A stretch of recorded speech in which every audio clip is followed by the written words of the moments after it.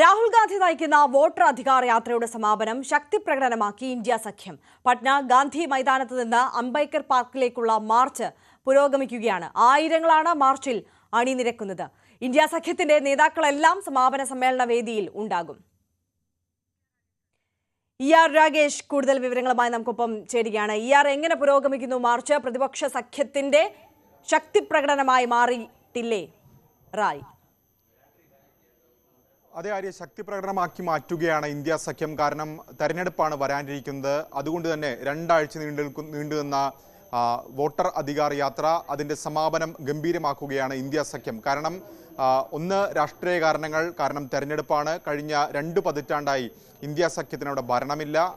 ഭരണമുള്ളപ്പോൾ തന്നെ നിതീഷ് കുമാർ ഉള്ളപ്പോൾ മാത്രമാണ് ചെറിയൊരു കാലയളവിൽ മാത്രം ഭരണമുണ്ടായിട്ടുള്ളത്. അതുകൊണ്ട് തന്നെ ഇത്തവണ ഒരു മാറ്റം ഉണ്ടാകുമെന്ന് പ്രതീക്ഷ ഇന്ത്യ സഖ്യത്തിനുണ്ട്. പല വിഷയങ്ങൾ ഇന്ത്യ സഖ്യം ഉന്നയിച്ചിട്ടുണ്ട്. അതിൽ തന്നെ ഏറ്റവും പ്രധാനം ബീഹാറിൽ തെരഞ്ഞെടുപ്പ് കമ്മീഷൻ നടപ്പാക്കിയ വോട്ടർ പട്ടിക പരിഷ്കരണം, അത് മുഖ്യ വിഷയമാക്കിക്കൊണ്ടാണ് രാഹുൽ ഗാന്ധി കഴിഞ്ഞ 2 ആഴ്ചയിലധികമായി ഒരു യാത്ര നടത്തിയത്. ആ യാത്രയിൽ ഇന്ത്യ സഖ്യത്തിന്റെ പ്രധാനപ്പെട്ട നേതാക്കളെല്ലാം തന്നെ ഭാഗമായിരുന്നു. ഇന്ത്യ സഖ്യത്തിന്റെ ബീഹാറിലെ ഏറ്റവും വലിയ ഒന്നാമത്തെ കക്ഷിയായ RJDയുടെ നേതാവ് തേജസ്വി യാദവ്, ഒപ്പം തന്നെ CPMLന്റെയും വികാസ് ഇൻസാൻ പാർട്ടിയുടെ ഒക്കെ തന്നെ നേതാക്കൾ ഇതിന്റെ ഭാഗമായിരുന്നു. ഇന്നിപ്പോൾ പാട്നയിൽ സമാപന സമ്മേളനം നടക്കുമ്പോൾ അത് വലിയ വിജയം എന്ന് തന്നെ അവകാശപ്പെടുകയാണ് ഇന്ത്യ സഖ്യം. ഏതായാലും ഇപ്പോൾ മാർച്ചാണ് ഇപ്പോൾ നടക്കുന്നത്. ഗാന്ധി പാർക്കിൽ നിന്ന് അംബേദ്കർ പാർക്കിലേക്കുള്ള മാർച്ച്, ഗാന്ധി മൈതാനത്ത് നിന്ന് അംബേദ്കർ പാർക്കിലേക്കുള്ള മാർച്ച് ഇപ്പോൾ പുരോഗമിച്ചുകൊണ്ടിരിക്കുകയാണ്. അതിനുശേഷമാണ് സമാപന സമ്മേളനം നടക്കുക. ഏതായാലും സമാപന സമ്മേളനത്തിൽ പ്രധാനപ്പെട്ട നേതാക്കളെല്ലാം തന്നെ കോൺഗ്രസിന്റെ വിവിധ സംസ്ഥാനങ്ങളിൽ നിന്നുള്ള പ്രധാനപ്പെട്ട നേതാക്കൾ, ദേശീയ നേതാക്കളൊക്കെ തന്നെ